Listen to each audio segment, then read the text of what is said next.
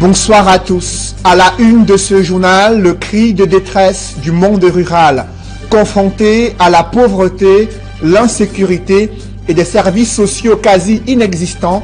Les populations expriment leur mésentente et également déplorent l'indifférence des pouvoirs publics vis-à-vis de leurs préoccupations, lesquelles cristallisent déjà les enjeux de cette élection présidentielle prévue le 7 octobre 2018. À 2 semaines de la rentrée scolaire, il y a peu d'engouement observé chez des parents d'élèves à se rendre dans la librairie et pour cause, les revenus sont peu pour pouvoir leur permettre d'acheter des fournitures scolaires. Vous suivrez dans ce journal l'ambiance timide à 2 semaines de la rentrée scolaire.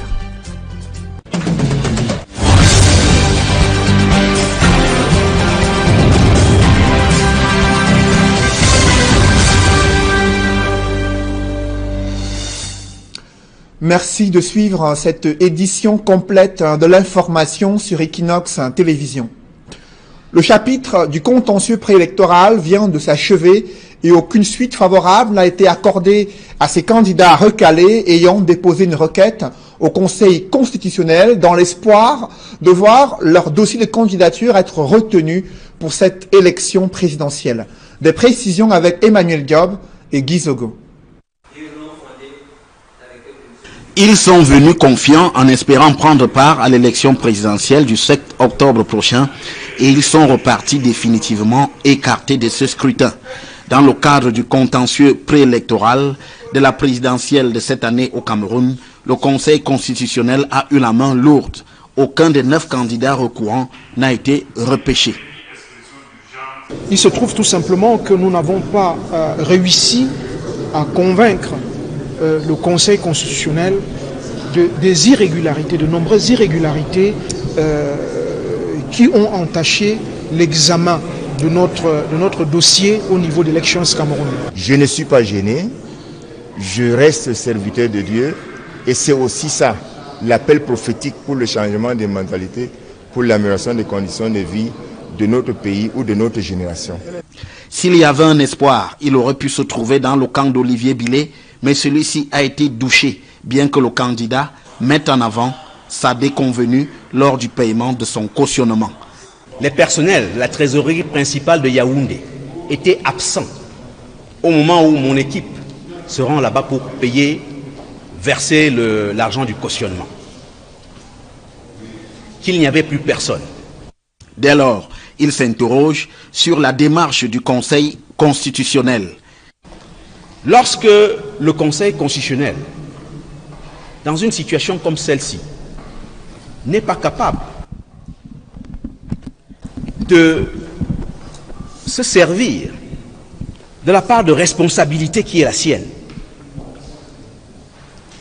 de la sagacité qu'on en attend, on peut se demander pourquoi est-ce que cette haute juridiction a été créée. Par ailleurs, l'occasion a été aussi saisie par les candidats recalés pour soulever des questions d'importance à leurs yeux pour un meilleur modus operandi électoral au Cameroun, notamment l'inversion du calendrier électoral et le faible taux de cautionnement à la présidentielle.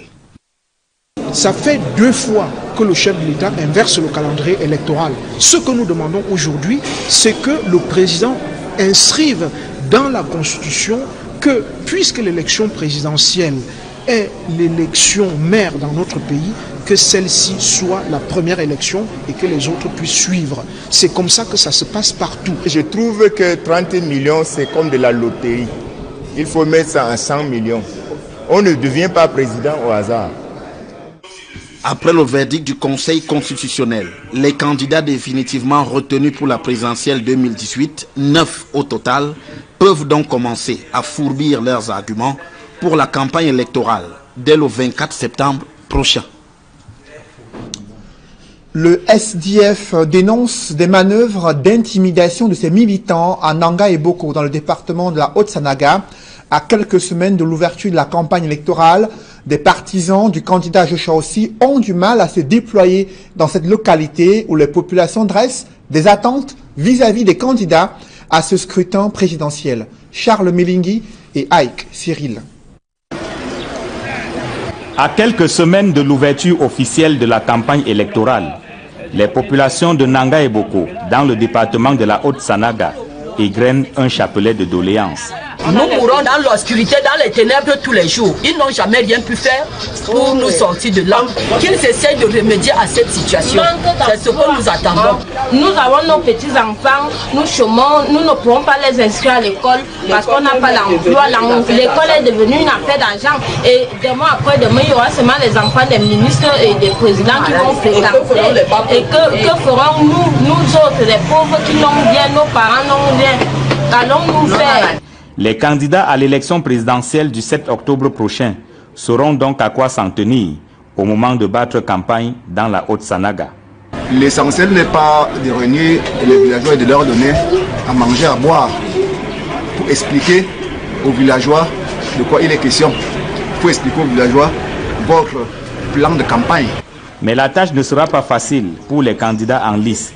Le SDF, par exemple, dénonce l'intimidation dont ses militants sont victimes sur le terrain. Nous sommes dans le fief du RDPC. Mes militants sont confrontés à beaucoup de situations. On ne les accepte pas. Mon trésorier départemental a démissionné parce qu'on lui a mis les bâtons dans les roues. Je ne donne pas son nom, mais tout le monde le connaît. On l'a même mis en prison pour ça. Dans les écoles, quand tu es dans le SDF, on ne veut pas inscrire ton enfant à l'école. Quand tu cherches du travail, on dit que tu es opposant. Le SDF qui dénonce ces manœuvres d'intimidation rappelle qu'il devrait s'agir d'un combat d'idées et non de personnes, avec comme objectif à atteindre le développement de la ville de Nanga et Boko et du département de la Haute-Sanaga. Dans le monde rural, là où l'insécurité, le difficile accès aux services de base et la montée des fléaux sociaux plombent le quotidien des populations. Et pourtant, elles déplorent cette indifférence des pouvoirs publics vis-à-vis de leurs préoccupations qui sont bien connues depuis de nombreuses années. C'est un grand reportage signé Charles Mévingui et Marcelin Gansop. À cheval entre Mbandjok et Nanga et Boko, dans le département de la Haute-Sanaga, l'arrondissement de Cotin a mal à son développement. Petite balade au quartier d'Oua, considéré ici comme le centre administratif. Les populations manquent de tout. L'énergie qui nous dérange, on peut faire 1 mois, 2 mois sans énergie en côté. Une femme elle vient faire sa coiffure, elle fait 1 mois. Avec sa greffe, elle ne revient plus. Ça fait que nous sommes vraiment déçus, nous sommes dépassés parce que ça ne donne plus comme avant. Et on a tous ces problèmes-là, il faut payer les impôts, il faut le loyer, il faut. Donc on ne s'en sort pas vraiment. Le quartier a été à moitié installé. Nous sommes dans l'obscurité de temps en temps avec des multiples coupures d'électricité qui vont parfois à 2 semaines sans lumière. Les routes sont crevassées avec des trous et c'est ainsi que les gens meurent quand ils tombent dans les trous avec les motos ou à pied. Nous avons enregistré 2 cas de mort. Nous avons aussi la pénurie d'eau. S'agissant particulièrement de la question de l'eau potable, le précieux liquide ne coule pas de source. Le quartier n'a pas de forage officiel. Il n'y a que des particuliers qui se débrouillent, comme le prêtre, la mission catholique, qui a son forage, et un voisin ici à côté, sont eux qui nous alimentent à raison de 100 francs, un bidon de 20 litres. Si vous n'avez pas 100 francs, vous ne pouvez pas boire de l'eau potable. Seules quelques rivières et puits permettent aux populations d'étancher leur soif et d'accomplir les autres tâches quotidiennes de cuisine, vaisselle et lessive. La seule source du coin que voici, qui aurait pu soulager les populations, n'est pas entretenue. Si les autorités pourraient même encore considérer ça, mais quand même c'est que les escaliers, arrêtez le genre qu'on améliore légèrement, puisque c'est une source quand même qui a une eau, on peut dire potable, parce que l'eau sort directement de la Gine. L'État, le gouvernement pouvait s'arranger seulement, c'est que le milieu soit un peu entretenu quoi. Il y a des gens qui ne sont pas nantis, qui se débrouillent avec les puits. Et les puits qui sont vraiment infectés à cause de la divagation des bêtes. Il y a trop de maladies hydriques ici en Cotin. Partout où vous pouvez passer, vous trouverez des hôpitaux pleins de monde qui souffrent de typhoïde, de mal de ventre et ainsi de suite. La montée des fléaux sociaux est également préoccupante en Cotin. et notamment le vol et le grand banditisme. J'achète les petites mèches. Le matin, j'arrive, je trouve que les gros bras sont venus prendre. Ça fatigue, vraiment, ça fatigue. Ça n'encourage pas. Ça n'encourage pas. Tu viens le matin, tu trouves qu'ils ont déjà fini de porter. Bon, le gros flou qui est même là, dernièrement, ils ont pris. Ils ont tout pris, ils sont partis avec. Dépassé par les événements, le maire de Cotin s'érige en pédagogue et tente de rappeler les jeunes à l'ordre. Je leur dis que la drogue est une très mauvaise chose. Avec la drogue, ils vont commettre les crimes qu'ils ne sauront même pas. Parce que quand vous êtes drogué, bon, vous faites ce que votre conscience, votre volonté ne peut pas vous permettre de faire. Les jeunes doivent rester propres dans leur esprit, donc les jeunes doivent être intègres. Un message dont on espère qu'il n'est pas tombé dans les oreilles de sourds. En attendant les solutions à leurs préoccupations, la vie est loin d'être sucrée à Cotin. Dans le reste de l'actualité, les populations vivent au rythme des inondations dans les banlieues de la ville de Douala. Face à la montée spectaculaire des eaux en cette saison des pluies, automobilistes, mototaxis usagers peinent à se mouvoir. Le calvaire de ces populations résidant notamment à Mabanda dans le 4e arrondissement de Douala, c'est dans ce reportage que signe Gladys Sidier. Quartier Mabanda, dans le 4e arrondissement de Douala, sous une pluie battante. Sur cette route qui mène au lycée, tout le monde se livre au même exercice, traverser des mares d'eau aux allures de petits lacs. À pied ou à moto, le chemin est parsemé d'obstacles. Il faut donc bien négocier la traversée pour éviter de se retrouver dans l'eau.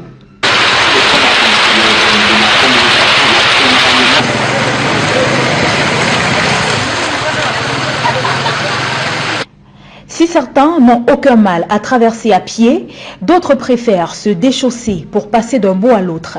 Et même là, ce n'est pas gagné.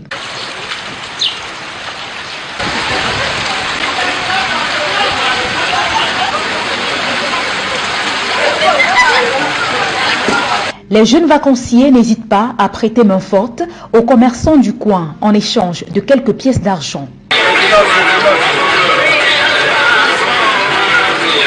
Cependant, la traversée n'est pas toujours aussi aisée pour tout le monde. Ils sont nombreux à être pris au piège de ces mares d'eau géantes.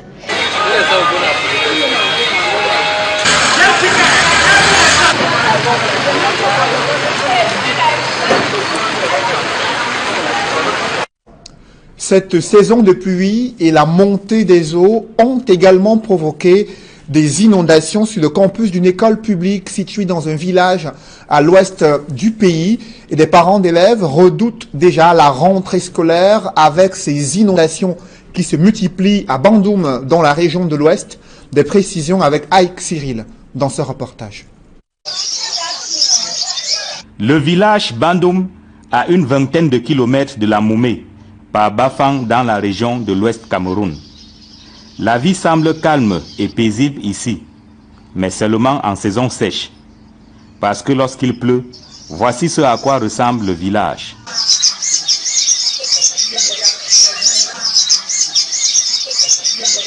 À quelques semaines de la rentrée scolaire, la situation de l'école publique de Bandoum est inquiétante.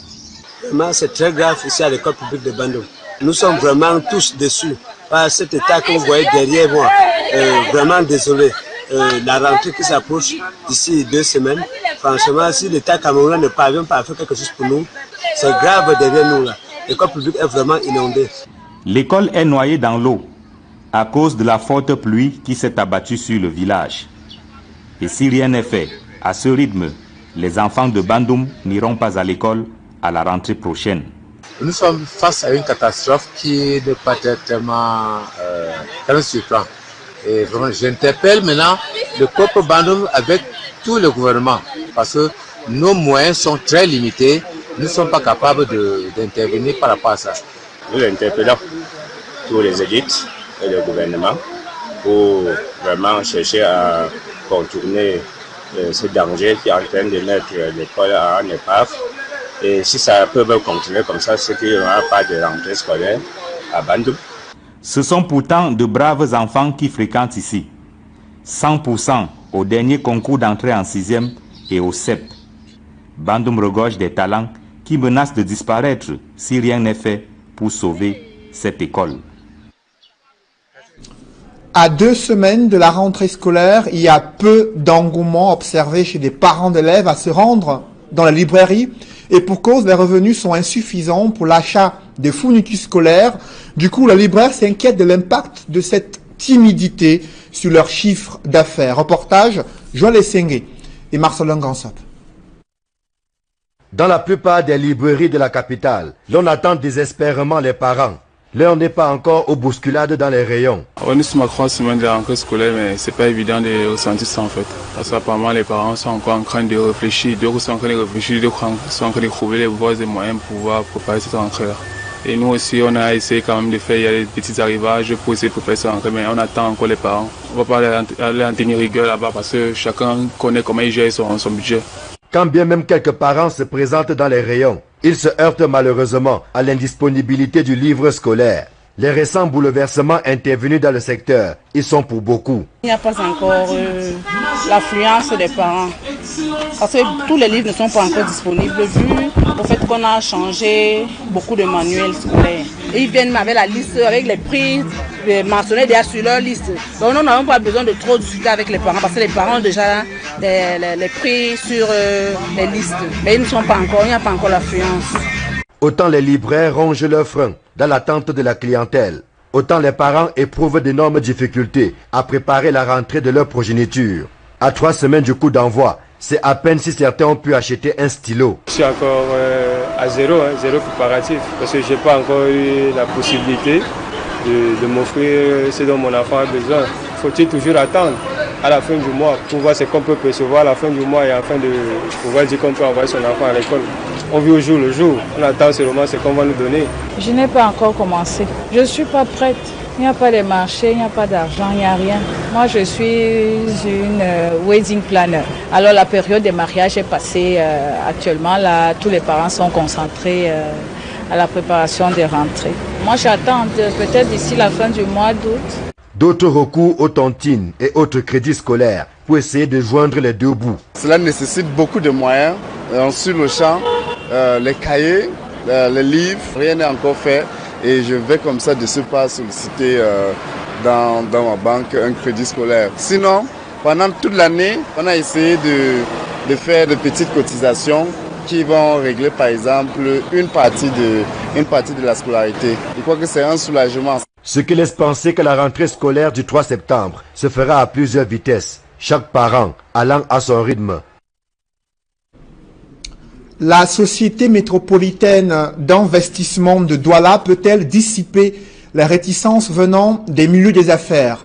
Après avoir obtenu seulement 54% des fonds sollicités lors d'un appel public à l'épargne, l'Assemblée générale constitutive s'est réunie ce vendredi à Douala pour tracer la feuille de route consacrée au développement économique de la ville de Douala. Des précisions avec Innocent Abega et Donald Brice Kamgan.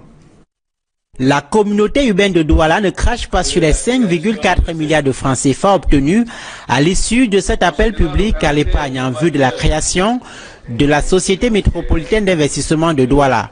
Le montant collecté auprès des entreprises, des particuliers et des citoyens ordinaires correspond à 54% du capital projeté de 10 milliards de francs CFA lorsque l'appel est lancé le 5 avril pour fermeture le 22 mai, puis prolongé au 5 juillet dernier. Commençons donc par ce format très représentatif parce qu'il y a des souscripteurs de toutes les régions de Cameroun, les souscripteurs de la diaspora et progressivement donc tous les autres compatriotes vont entrer dans la danse pour qu'ensemble nous développions notre capital économique. Les souscriptions ont été organisées à la fois dans le littoral et dans les 9 autres régions ainsi que dans certains pays de la diaspora.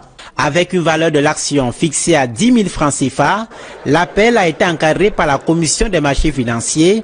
Un gage de sécurité se réjouissent les intervenants. Pour faire appel à l'épargne publique, il faut passer par la Commission des marchés financiers. C'est ce que nous avons fait. Nous avons respecté toutes les tous les critères qui permettent de se présenter devant la commission des marchés et obtenir son feu vert pour mettre en place la SMIC et collecter les souscriptions telles que vous avez entendu. Sinon, on ne se peut faire confiance, jamais dans la vie, on ne peut pas se développer. Cette confiance vient de la personne qui a incarné d'abord l'image du SMIC et voir des personnalités qui sont adhérées, vous avez vu dans la salle. Donc c'est une affaire de tout le monde. Donc il faut que les Camerounais se fassent confiance. La confiance, elle a quelque peu manqué pour mobiliser tout le potentiel réel de souscription, analyse des aspects financiers, qui suggère par ailleurs une meilleure communication auprès des concitoyens de la diaspora à l'avenir. L'Assemblée générale constitutive de la SMIC tenue place à l'exécution des projets dès octobre prochain.